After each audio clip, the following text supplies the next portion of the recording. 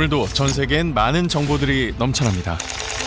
그런데 그 정보들 다 믿고 있진 않으신가요? 계엄령을 선포한 푸틴 러시아 대통령 영상부터 트럼프 전 미국 대통령과 교황 사진까지 모두 AI로 조작된 가짜입니다. AI 기술 발전으로 더욱 정교해진 가짜 뉴스가 전 세계를 위협하고 있습니다.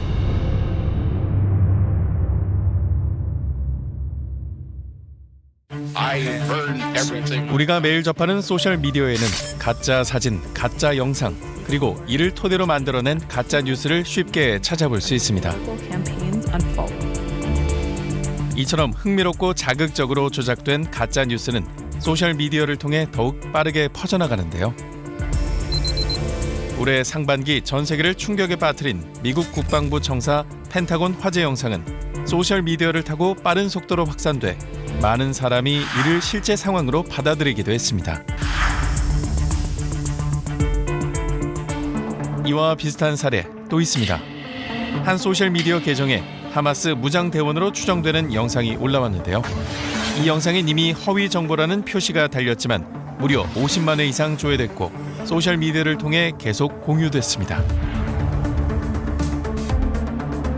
우리나라도 가짜 뉴스를 피해갈 수 없었는데요. 최근 소셜미디어에서 이슈가 된 이 정보는 사실인 것처럼 구체적인 날짜와 피해 규모까지 적혀 있었지만 이 또한 거짓으로 밝혀졌습니다. 오늘도 세계 곳곳에서 만들어지고 있는 가짜 뉴스. 이런 가짜 뉴스는 소셜미디어와 관련이 매우 깊습니다. 현재 전 세계 인구의 약 60%에 해당하는 48억 명가량이 소셜미디어를 이용하고 있고 하루 평균 2시간 반 정도를 접속하고 있기 때문인데요. 이렇듯 우리는 매일 습관처럼 소셜미디어를 이용하고 있고 그 이용 시간은 지속적으로 늘어날 것으로 예측되고 있습니다. 그런데 문제는 소셜미디어에 가짜 뉴스가 많다는 겁니다. 소셜미디어에는 가짜 뉴스로 추정되는 거짓된 글이나 사진, 영상이 담긴 계정과 웹사이트가 셀 수 없을 정도로 많이 있습니다. 지금도 계속해서 그 수는 증가하고 있는데요.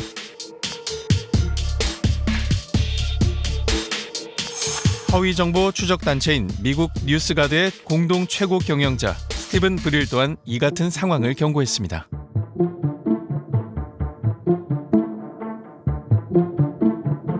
Well, fake news are inherently commercial, right? They are made to be exciting and to sell. So they tap into people's emotions. And that's why people are easily, they get attention more easily. 예전에 못 들어봤던 거니까, 미처 생각하지 못했던 거니까.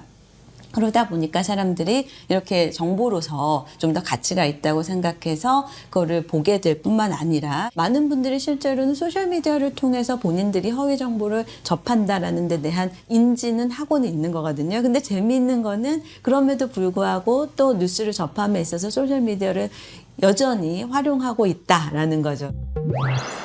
한 조사에 따르면 국내 이용자 중 소셜미디어를 통해 뉴스나 시사 정보를 본다고 답한 응답자는 연령에 상관없이 모두 80%가 넘는 비율을 보였습니다. 하지만 응답자의 77.2%는 가짜 뉴스를 접한 경험이 있으며 소셜미디어의 신뢰도는 2.78점으로 다른 플랫폼에 비해 가장 낮았는데요. 그럼에도 불구하고 소셜미디어 이용자들은 가짜 뉴스라고 인식한 정보를 다른 이용자들에게 공유합니다. AI가 만든 가짜 사진이나 가짜 영상 중 일부는 딱 봐도 조작된 것처럼 보이는데도 말이죠.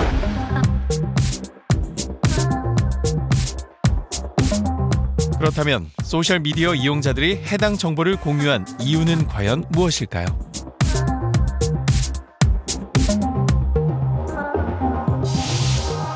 미국 서던 캘리포니아 대학교와 예일 대학교 공동 연구팀이 페이스북 이용자 2,400여 명을 대상으로 진행한 연구에 따르면 소셜미디어로 공유된 가짜 뉴스의 30에서 40%는 이용자의 습관 때문인 것으로 밝혀졌습니다.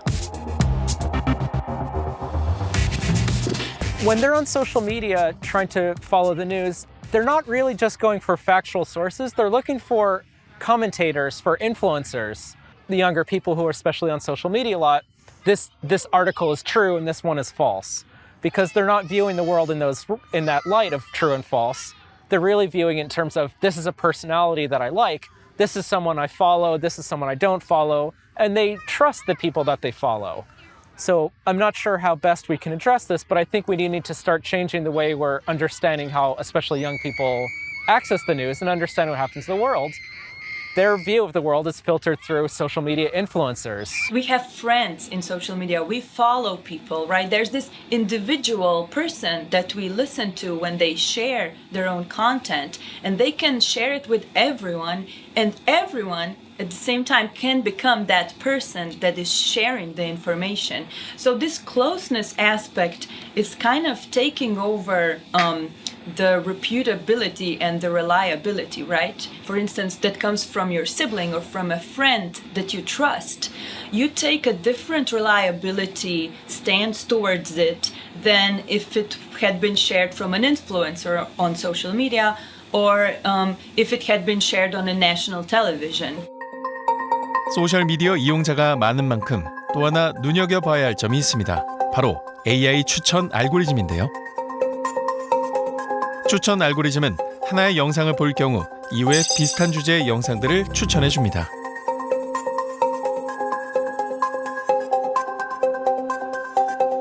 추천 알고리즘의 원리를 더 자세히 파악하기 위해 그동안 온라인 허위 정보 콘텐츠를 분석해왔던 유승현 교수를 만났습니다.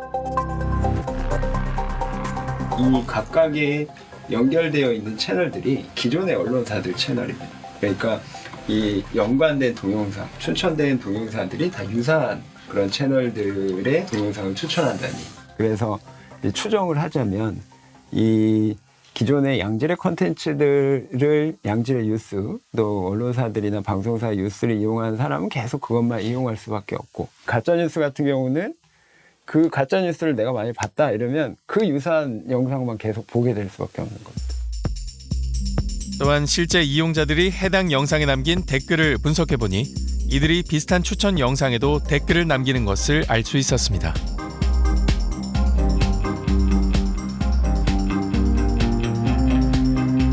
즉, 그렇게 자신도 모르는 사이 알고리즘이 계속해서 추천해주는 영상에 빠져들게 되면 어느 순간 비슷한 영상만 보는 알고리즘 감옥에 갇힌 자신의 모습을 발견할 수 있습니다.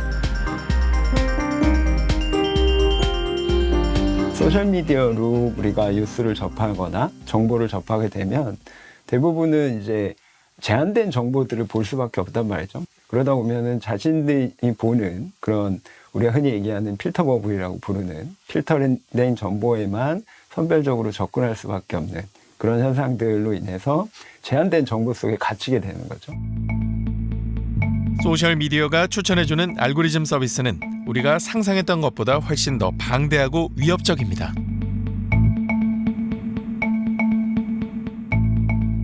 이 모질라 재단이라고 하는 그 미국의 비영리 재단이 1년 동안 유튜브 이용자 3만 명 이상을 모집을 해가지고 이제 불만 영상들, 그러니까 좀 유해 컨텐츠라던가 문제가 될 영상들을 신고하게 아예 시스템을 만들었습니다. 서비스를.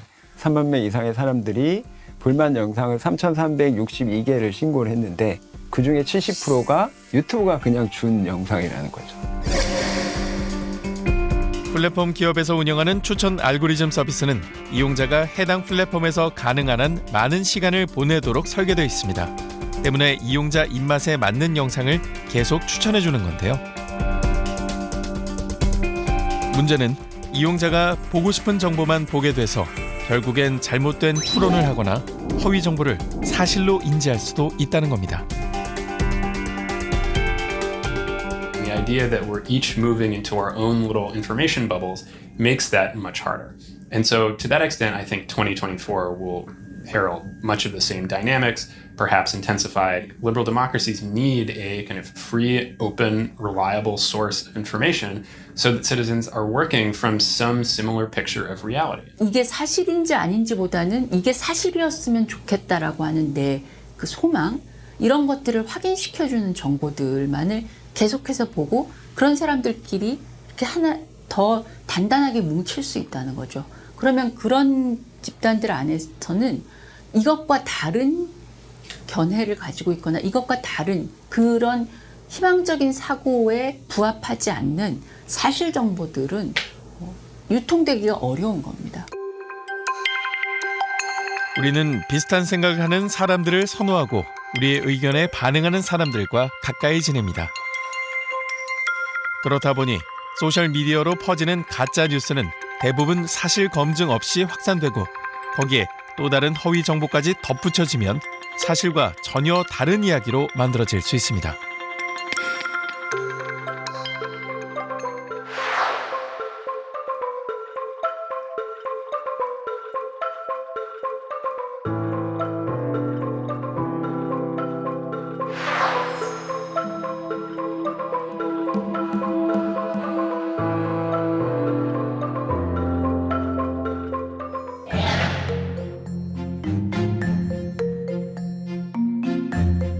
가짜 뉴스를 언급할 때마다 가려져 있지만 아주 중요한 당사자가 있습니다.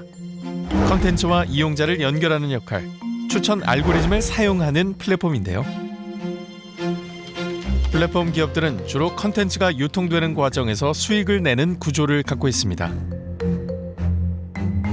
때문에 추천 알고리즘 방식에 따라 발생하는 편향성 등 악영향에 대한 책임론이 거론되고 있는데요. Facebook's own research says they cannot adequately identify dangerous content. And as a result, those dangerous algorithms that they admit are picking up the extreme sentiments, the division.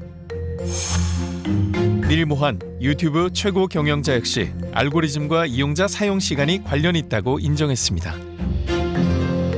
So in abeyance, I guess, of more robust federal regulation or even at the state level, the way that AI and deepfakes are governed is by the platforms themselves. So by Facebook, by Google, by Amazon, etc. And it's not something that's done kind of publicly or collectively or through the state, but rather it's done entirely behind closed doors in accordance with their own particular corporate objective.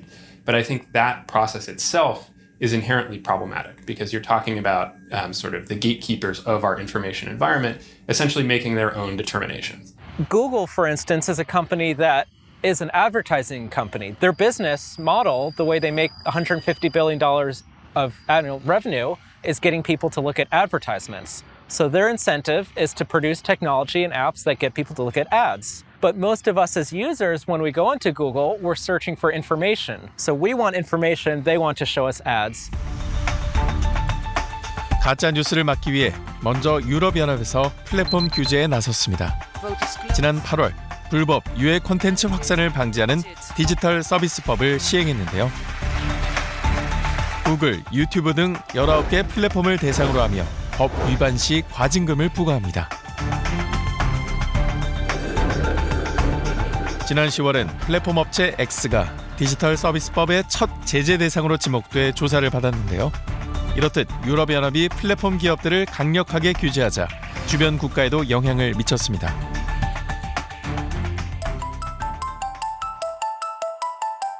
그렇다면 현재 국내 상황은 어떨까요? 아쉽게도 국내는 여전히 플랫폼 기업 자율 규제에 맡기고 있기 때문에 가짜 뉴스에 대한 책임을 묻기 어려운데요. 때문에 최근 논란이 된 응원 클릭수 조작 의혹과 같은 문제가 발생할 수도 있습니다. 이렇듯 국내 플랫폼 규모가 점점 커지고 그에 따른 부작용도 발생하자 지금이라도 규제해야 한다는 목소리가 나오는데요. 플랫폼의 그런 권한이 너무 크다는 거죠. 어떻게 보면은 시장도 지배하고 있고 데이터도 이제 이용자 데이터를 다 확보하고 있지 않습니까? 데이터의 독과점도 굉장히 심하고 이제 자율적인 어떤 노력이나 뭐 콘텐츠에 관한 부분은 더 이제 가이드라인이라던가 이런 규제들이 조금 더 플랫폼 사업자들 입장에서 좀 필요하다라고 생각이 좀 듭니다. 가짜 뉴스들이 번번하게 이루어지도록 플랫폼에 공급이 된다면은 그 플랫폼의 가치도 없어지는 거거든요. 플랫폼도 가짜 뉴스를 걸러내는 그런 AI 시스템을 만들어서 돌려야 되겠죠. 그 알고리즘을 계속 발전시켜 나가야 되겠죠. 그런 경우에는 팩트 체크를 할 수 있는 시스템을 플랫폼도 같이 운영하는 게 좋겠죠. 그 시스템에 대해서는 플랫폼이 언론사들과 서로 제휴할 수도 있겠죠. 그렇게 팩트 체크를 통해서 이게 가짜인지 아닌지를 확인할 수 있는 그런 시스템을 자율적인 노력으로 만드는 건 필요할 것 같습니다. 이용자가 가짜 뉴스에 자주 노출될수록 플랫폼은 물론 언론 매체에 대한 신뢰도 또한 떨어질 수 있는데요. But some of the differences for us covering the election now in 2024 is that in addition to covering what the candidates are saying, we also cover what pundits on TV and radio are saying, and also on popular Facebook and Twitter accounts. But we're really paying attention to how everyday Americans are also spreading false information online about the election, because we know that that has an effect with most people getting their news from these social media platforms. 전문가들은 가짜 뉴스가 범람하는 세상 속에서 우리 개개인의 역할이 중요하다고 말합니다. Yes, many people say that regular citizens are also digital citizens now, and we need to do better as digital citizens. So I would say the first thing is to know your sources well, find reputable ones.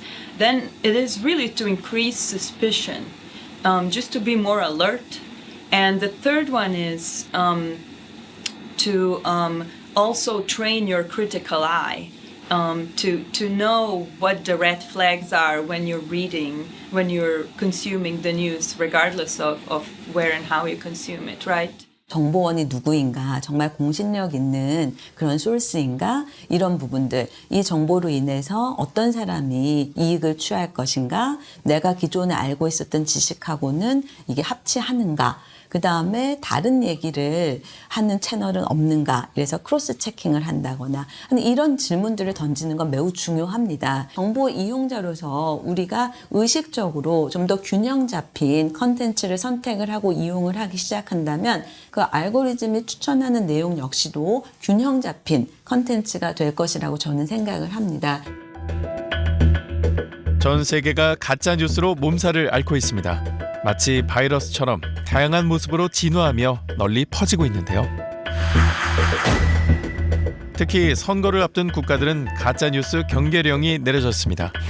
미국은 세계에서 가장 큰 선거를 할 수 있는 대선을 앞두고 긴장감에 휩싸여 있는데요. Every election in the last 10 years or even more had some defining feature like this. So in 2012, people heralded it as the Facebook election. 2016, more generally, was the social media election. 2020 was the COVID election, and now we're facing the AI election. And so we're no longer in an environment where we have 2 or 3 or 4 candidates presenting their opinions, their platforms for what the next 4 years in the United States should look like. But instead, we just have this information battlefield where people are subjected to algorithms and disinformation and deepfakes and generative AI.